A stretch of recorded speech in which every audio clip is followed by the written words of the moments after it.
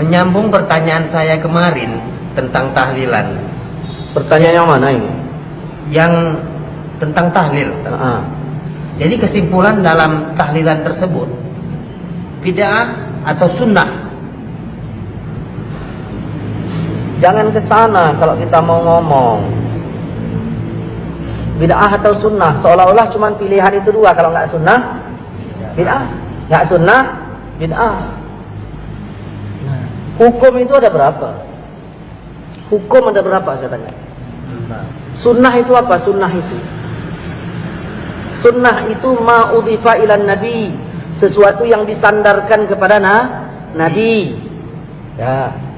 Perkataan, perbuatan nabi. Jadi jangan selama-lamanya kalau memang itu sunnah, kapan nabi bikin? Tapi kita sudah sepakat dalil kita ini satu Quran, yang kedua hadis. Hadis itu apa? Ya sunnah. Apa itu? Ma'udhifa ilan nabi, sesuatu yang disandarkan kepada Rasul. Ada perkataan nabi, ada perbuatan nabi. Nabi nggak bikin, tapi nabi katakan, yaitu disebut sunnah. Nah, sekarang saya tanya, nabi sholat wajib nggak? Sholat 5 waktu nggak? Sholat. Sunnah nggak? Hukumnya Pak? Wajib. Wajib. Nabi sholat tahajud nggak? Sholat. Sunnah nggak? Sunnah. Hukumnya Pak? Sunnah. Nabi makan minum nggak? Makan minum. Nah, sunnah nggak itu? Sunnah. Hukumnya apa? Sunnah. Mubah. Mubah. Nah, Nabi istrinya berapa? Kata Allah berapa bolehnya? 4. Nabi istrinya berapa? 4. Ini nanya yang nggak jelas. Nabi istrinya berapa? Lebih nggak dari 4? Lebih. Nah, sunnah nggak? Sunnah. Hukumnya kalau kita macam mana? Maka ditanya itu hukumnya. Hukumnya bagaimana? Kita udah bagi kemarin antara kenduri, sudah kita bahas, dengan apa namanya, berdoa membaca Quran. Hukumnya itu apa? Allah menyuruh membaca Quran, umum kalimatnya. Yasin Quran nggak? Quran. Ketika Allah menyuruh kita membaca Quran, berarti kan dari suruh kita baca Quran. Waktunya ada nggak dari Allah dan tempatnya? Udah kita bahas itu. Jadi jangan berulang-ulang. Hukumnya, nah, Allah udah suruh kita baca Quran. Nah, di dalam tahlil itu kan baca Yasin. Quran nggak Yasin itu? Quran. Oke. Kemudian ada nggak waktu dari Allah untuk membacanya? Tidak. Berarti kan kita yang memanagenya, waktunya. Nah, udah, terus kita baca, udah kita bahas dalam beberapa acara kita, udah kita bahas. Nah, jangan itu pertanyaan diulang-ulang lagi, udah jelas itu. Nah, kembalikan kepada hukumnya. Wajib nggak tahlil? Kalau wajib berarti yang nggak tahlil dosa. Haram nggak tahlil? Kalau haram berarti yang tahlil dosa. Kan Allah udah bilang dalam surah An-Nahl ayat 116, jangan kau katakan sesuka lidahmu secara dusta. Ini boleh, ini tidak, haza halal wa haza haram. Saya mengatakan boleh dengan alasan yang sudah saya sepakat, yang sudah saya sebutkan. Ada orang bertanya, kenapa Ustaz sebutkan dalil-dalil aja pakai pemikiran sendiri? Kenapa enggak pakai ulama? Kalau kita udah cerita pakai ulama, udah clearnya kita. Ini begitu disebutkan ulama, dalilnya mana? Makanya saya nggak mau bicara kaul-kaul ulama lagi. Saya bahas dalil. Makanya didengarkan, disimak baik-baik itu.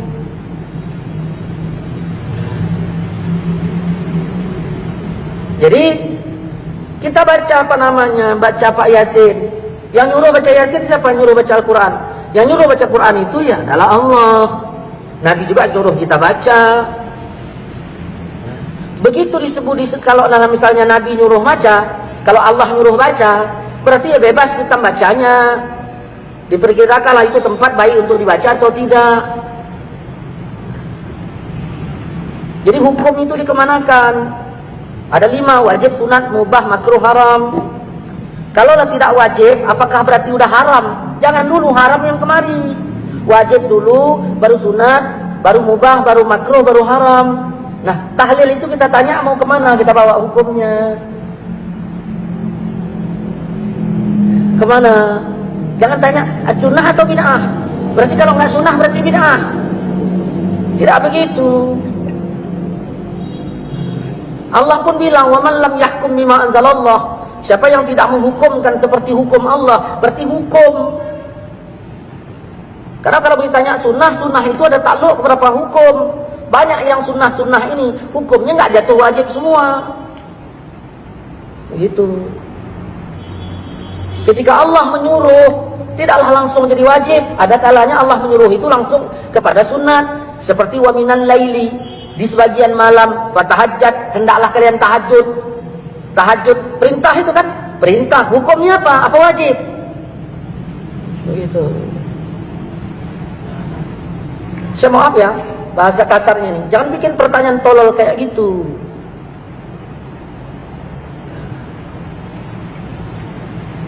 Oke lah Ustaz. Ada satu pertanyaan lagi. Kalaulah boleh membaca Quran di tempat orang meninggal itu, apa manfaatnya Ustaz? Ini pendapat, nanya pendapat saya, apa nanya keterangan? Begini, dah, ya.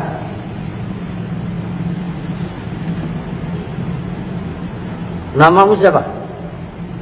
Adi. Adi. Dah, orang tua Adi meninggal. Oke, dah tinggal kan? Ya. Sekarang si Adi yang tinggal di rumah itu sebagai anak almarhum, pikirannya macam mana? Kacau apa tidak? Kacau. Kecuali anak durhaka, baru senang. Oke, begitu kacau, kira-kira iman Adi naik apa turun? Turun. Apa yang disuruh agama terhadap saya sebagai jirannya si Adi? Mendoakan. Menghiburnya, menghibur si Adi. Tujuannya untuk apa? Tujuan hibur itu? Ya, tujuannya hibur-hibur gitu aja, pakai keyboard gitu. Iman tadi naik apa turun? Turun. Tujuannya itu dihibur untuk apa? Naik. Supaya terhibur dan sekali apa imannya naik. Ya, tujuan itu supaya imannya naik. Apa kata Allah dalam Quran? Quran sebagian dalil apa enggak? Dalil. Wa iza tuliyat alaihim ayatuhu zadathum imana. Kalau dibacakan Quran imannya nambah. Kau beriman enggak? Beriman kan? Begitu dibacakan Quran imanmu Nambah. Kalau enggak nambah berarti enggak beriman kok. Dah. Itu manfaat untuk keluarga yang ditinggalkan. Nah, timbul pertanyaan, boleh enggak baca Quran di tempat orang meninggal? Itu pertanyaannya. Nah, jangan kau katakan sesuka lidahmu secara dusta, ini boleh, ini enggak. Ada orang bilang enggak boleh, ya tanyalah alasannya apa. Saya bilang boleh, alasan saya apa? Kan Nabi udah bilang, iza hadartum, kalau kamu hadir ke tempat orang sakit atau mayit, ke tempat orang meninggal, ucapkan perkataan yang baik. Siapa yang bilang tuh? Hadirlah saya ke tempat si Adi. Orang tua Adi meninggal. Rasul nyuruh apa? Ucapkan perkataan yang baik. Datanglah saya. Assalamualaikum di. Waalaikumsalam. Kenapa ya orang tua kita ini meninggal segala macam? Baik enggak? Ngomong saya itu baik enggak? Baik. Kata Nabi, sebaik-baik perkataan adalah Quran. Berarti membaca Quran macam mana? Baik. Lebih baik. Jelas kan? Berarti membaca Quran lebih baik. Ya udah. Tapi ini nggak lakukan. Sekarang menyelisih apa enggak? Kalau saya baca Quran di situ, yang saya selisihi ayatkah mana ayatnya? Nabi kah mana hadis yang saya selisihi? Baru dikatakan berselisih apabila ada nabi bilang jangan, lalu saya baca, di situ berselisih namanya.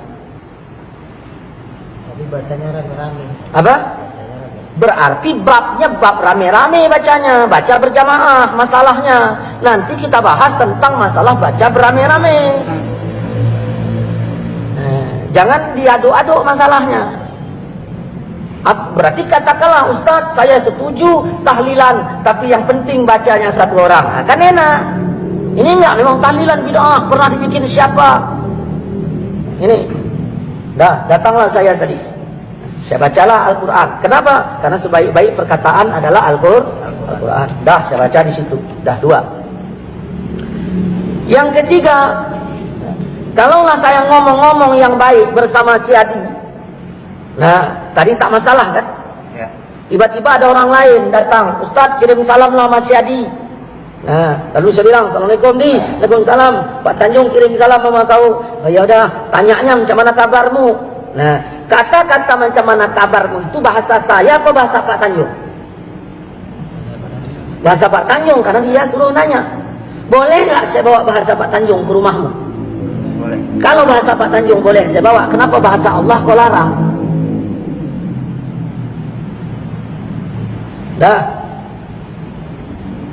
Kemudian baca Quran ini bagian dari zikir apa tidak?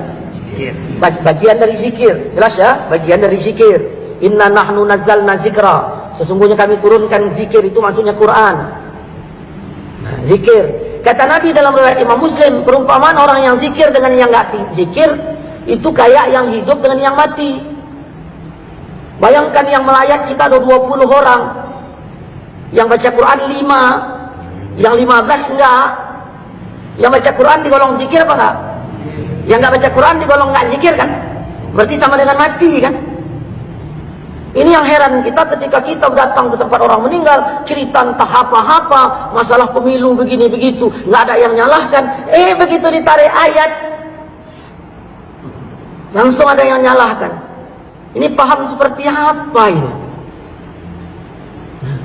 Kalaupun dia bilang apa namanya, ya kami nggak baca, itu urusannya. Kau nggak baca, ya udah, aku pun nggak salahkan kau yang nggak baca. Tetapi kami yang dibaca jangan dituding. Ini begitu kita angkat ke YouTube, ya, ke YouTube, ke Facebook, kayaknya kepanasan. Ada apa ini rupanya? Kita menjelaskan, makanya yang kita jelaskan ini kan kepada teman. Saya Facebook ini punya teman, saya kompir, artinya untuk teman saya. Kalau memang pemahamannya beda, ya jangan jadi teman saya. Saya ingin mengingatkan teman-teman, beginilah cara menjawabnya. Nggak ada saya singgahan teman-teman Facebook Wahabi itu sebegini-begini, enggak. Yang kepanasan macam-macam. Masya Allah. Ya. Udah. Ini baru 3. Ya. Kemudian dia berbicara manfaat kan? Ya. Berbicara manfaat. Baiklah, Ustaz. Jadi tunggu dulu, belum selesai. Jangan main baik-baik. Ada orang nelpon saya, Assalamualaikum Ustaz, Waalaikumsalam. Ya. Nah, si Polan meninggal. Siapa? Ayah si Adi. Saya bilang apa? Innalillahi. Innalillah itu apa? Kembalikan Al-Quran. Innalillah itu Kalau pertama kematian saja kita dikembalikan kepada Quran, kenapa dilarang membaca Quran di waktu yang lain? Kemudian mau ditanya apanya lagi? Sampai enggak kepada almarhum? Kan begitu. Sampai.